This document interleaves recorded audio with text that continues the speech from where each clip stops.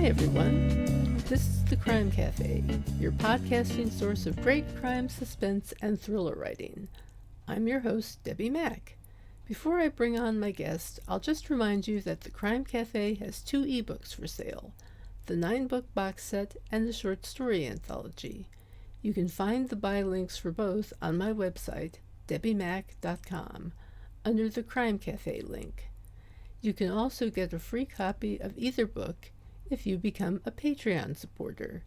You'll get that and much more if you support the podcast on Patreon, along with our eternal gratitude for doing so. But first, let me put in a good word for Blueberry Podcasting.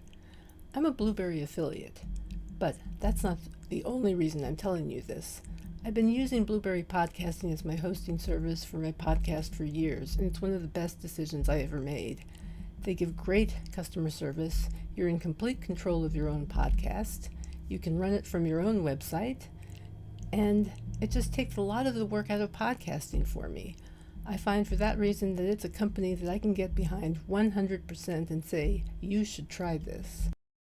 Try Blueberry. It doesn't require a long-term contract, and it's just a great company, period. And it also has free technical support by email, video, and phone. So you can get a human being there. Isn't that nice? Hi, everyone.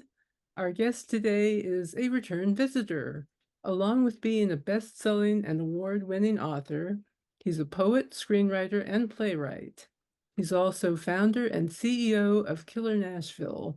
It's my pleasure to have with me again as this week's guest, Clay Stafford. Hi, Clay. How are you Hi, doing? Debbie. Doing well. Absolutely. Wonderful. Wonderful. You're looking good there. Well, thank you. Looking good. It's always nice to know. The farther we get along in age, it's nice to know you're still looking good, at least. Shall we talk about what's coming up at Killer Nashville then? So you're just leaving it wide open then, or what's coming up? Well, yeah, what's special that's coming up, let's say? Well, this is every year it changes, and this year I truly do think it's going to be the best one yet so far, and we're coming up on what is it? It's the 18th year or something. 18th or 19th, I was going to say. Maybe 19th, but we're getting close to that 2-decade point. And it is I think the lineup, I'm currently finalizing the schedule, should have it online very quickly, and it's going to be, I think, a wonderful year. That's excellent. That's good to hear. I happened to notice that one of your offerings was a mock crime scene, which I thought was kind of cool.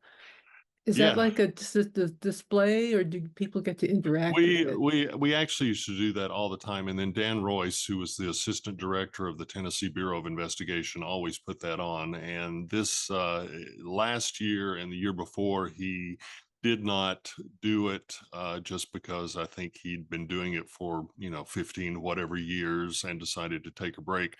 But he has told me that he is coming back with another crime scene. So it's basically an interactive crime scene where you, let me turn my phone off and I apologize. It's an interactive crime scene where people try to actually solve the crime. And it looks like it's the same training methods that are used with the Tennessee Bureau of Investigation and the FBI and all of the other agencies. And each attendee who wants to try to solve the crime then gets, the winner gets a heavily discounted attendance for next year for Killer Nashville. But it's a tricky business, and it's always been a lot of fun. We've learned over the years how to be able to handle that, because one year we just set up the crime scene, and some attendees at a hotel we were at the time came by and happened to look in, and it looks very realistic, blood and brain matter and everything all around. And they called 911. And so the next thing we know, we have police officers and medical people all showing up, and they're telling us to get out of the way. And then, of course, they're going over to look at the dummy. And then I guess they kind of feel like maybe a dummy, but we've now set it aside so that it's not right in the front of other people who are not. But the hotel we're using, Embassy Suites in Cool Springs, Franklin, we actually have sold out the whole hotel, so it should be all crime writers who are there. So should not be any danger of the 911 team showing up. But I'm hoping Dan will come through with us on that. He said he's working on an idea, so hopefully we'll have that ready to go. Well, that's very cool. Very interesting story too. I can just imagine Yeah. what that was like. Oh, we've had several of those kind of incidents, but it's nice. People are conscientious and calling the authorities when they see a problem. Yeah. Just out of curiosity, have you ever considered having programming for screenwriters? We do offer a session. Now, being a screenwriter myself, as well as writing in other media, it's the method of storytelling is pretty close. But yes, we again have a session on screenwriting this year. The Tennessee Screenwriters Association is actually being a sponsor of that. And so we've got professional screenwriters who have some pretty good Hollywood credits who are going to be giving presentations on screenwriting this year. That's very cool. What we usually do is try to have something on all of the media. This year, sometimes we even have things on poetry. In the tradition of Poe and other Stephen King and other people who write poetry. I don't know if you know Stephen King wrote poetry, but he does write poetry, and uh, Yeah, and so we offer various mediums from playwriting to screenwriting to poetry. We're doing several panels on nonfiction this year and presentations, as well as writing true crime. Really focusing a good deal on true crime this year because it seems to be something that a lot of people are interested in. I take a lot of polls of the people on the mailing list of what are you wanting this year, because it's really, I'm trying to create a conference that's for the people who are coming. And true crime and memoir is, we're having something on memoir as well. And so all those together, we pretty much cover the gamut of the mediums that are available. And but like I said, the storytelling, is pretty much the same. It's the hmm formatting and what you can offer in screenwriting. As you know, for example, it's just a visual and audio thing. You can't get inside the character's head. If you do, you're still doing visual and audio. And so it's a different writing than writing for a novel. And we discuss all of that. for sure. Yeah. Let's see. You are also publisher and editor-in-chief of Killer Nashville magazine. Yes, How very, did you? very Yeah. proud of that How, magazine and the work that everybody's done with it. I was going to say, how did you get started with the magazine? I it was a way to continue to offer. I've as we've talked before on the show, I've had a pretty good career and felt it was time.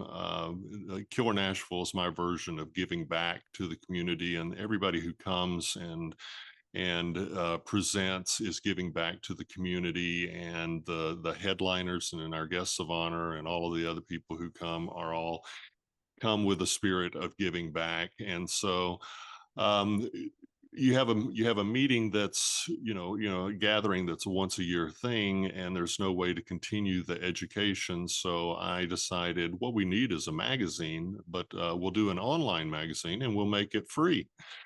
And it's absolutely free to everybody. All you have to do is go to killernashville.com and sign up for the free magazine, and it comes with uh, I mean, you get it, I assume, and I would say that the quality of the craft articles and also the other how-to things are, on equal par of any other magazine that you could get a subscription to and have to pay for it. So it's absolutely free and it comes to your inbox. And hmm so I encourage everybody to sign up for that if they want to. And then also, this past year, I really wanted to give writers more of an opportunity to be able to publish their own works. And so it is moved slightly. It's a craft magazine, but it's also now a literary magazine because we're publishing creative nonfiction, poetry, short stories, excerpts from books, different things that reviews of new books that are coming out. And if anyone wants to volunteer, we would love to have volunteers. Just go to the killernashville.com site and you can volunteer. But also, if you want to submit some of your writing, we would love to have people's submissions because we're always looking to discover the next great voice. Very cool. I was going to ask about submissions, so I'm glad you brought that up. Yeah, it's open and there's no fees. We really try to make sure that I being having gone full circle in this business myself, the people who really need to get that foot in the door, not always the ones that can afford it. They can't always afford to come to the conference, so we have the magazine for free that you can get some information there. They can't always afford to enter contests, so we've got our submission process is free. So it's just a labor of love that we're trying to help writers of all kinds who are out there to find publication and also knowledge. Yes, yes, that's great. It's wonderful that you're doing that.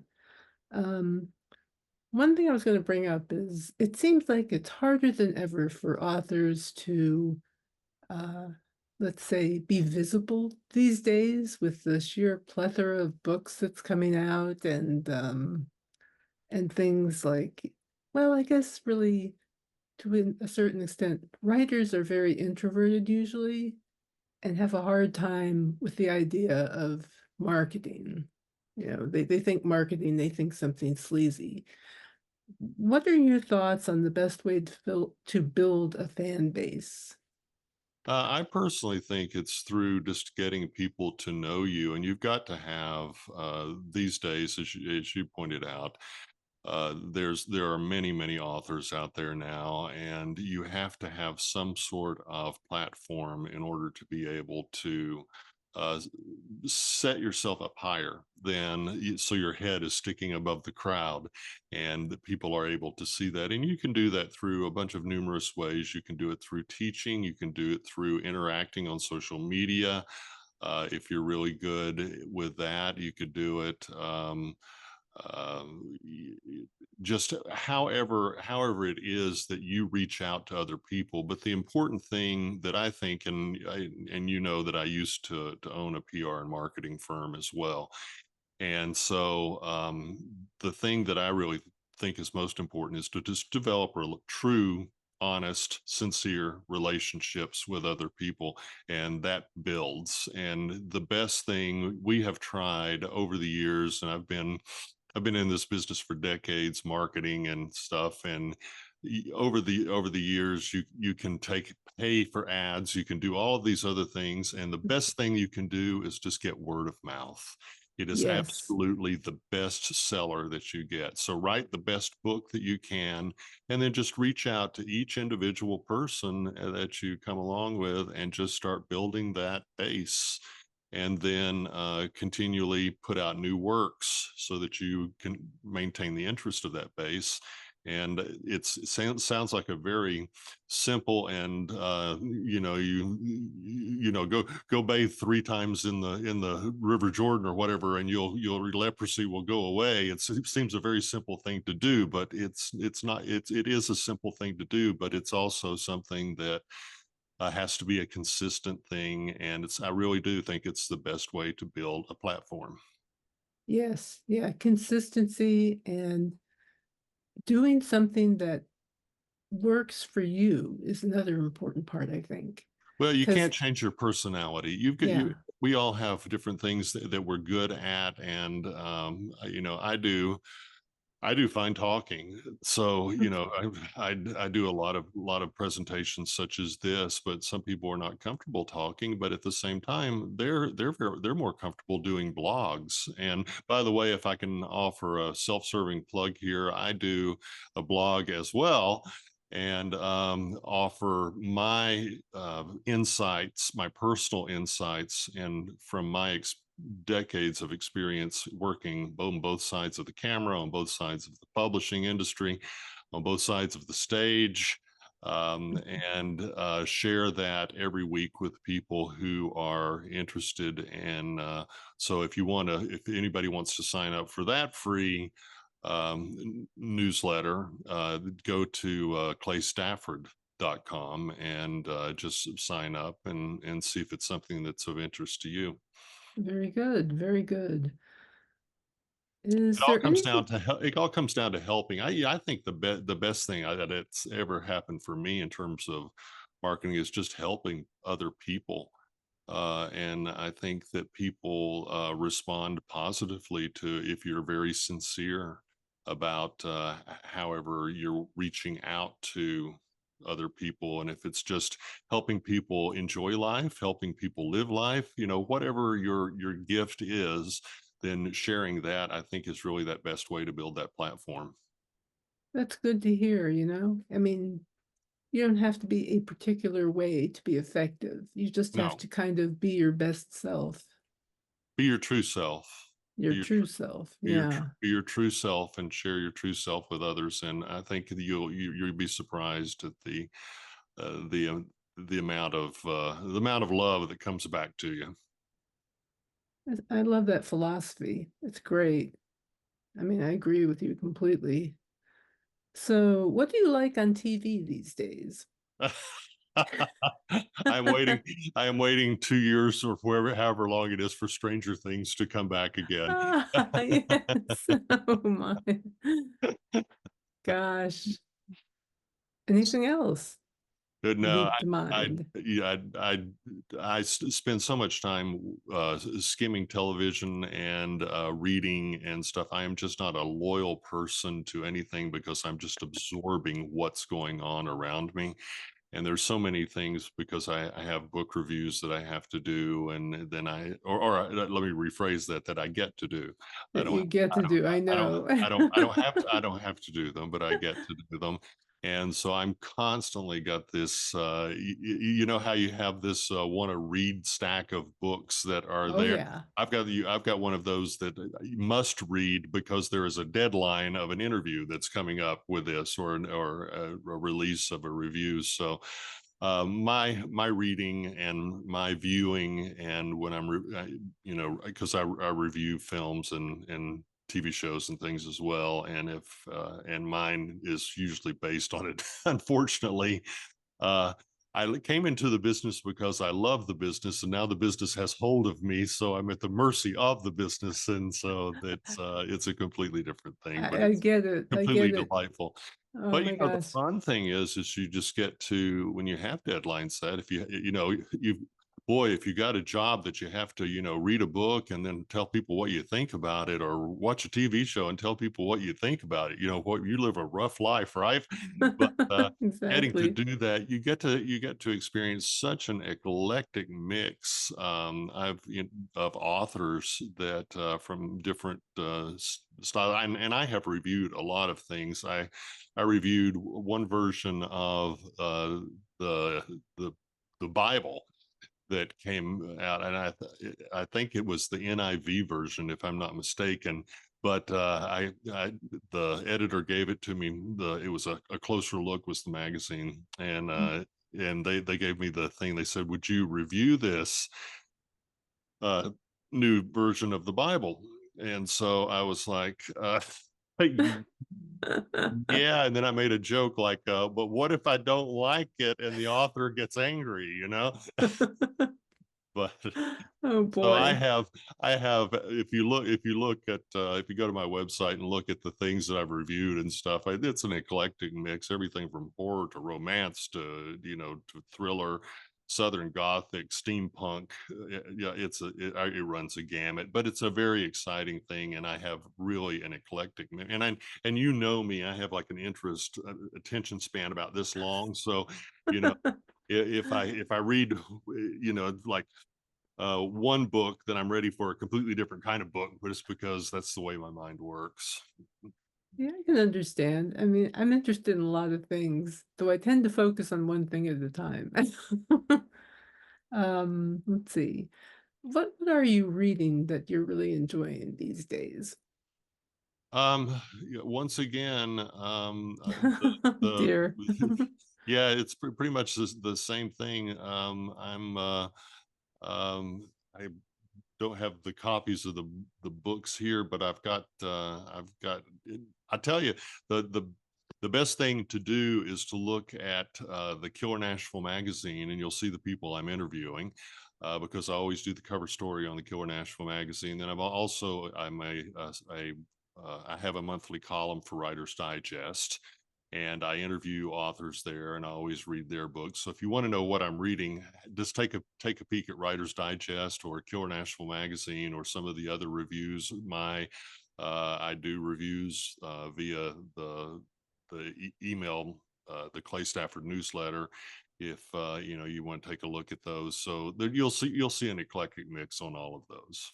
That's very cool. I'll have to look for your reviews. That's great. And is there anything else you'd like to add before we finish up? No, just whatever you wish to discuss. Well, I've learned a lot just in Time has talking flown to, by, hasn't it? yeah, just in 20 minutes, I've learned so Yeah. much about what you're doing at Killer Nashville, which sounds so cool, and what you're reading or, trying to read Yeah, and and reviewing. I just came back from a European tour, and it was fabulous. And I went with one objective, and I came back with four objectives, which are some wonderful things that I'm hoping to do in Europe as well. So I can't really disclose what those are, but that's my current project is looking into 2025 on some European projects that Wow, the groundwork, the foundation was laid these past 3 weeks in Europe.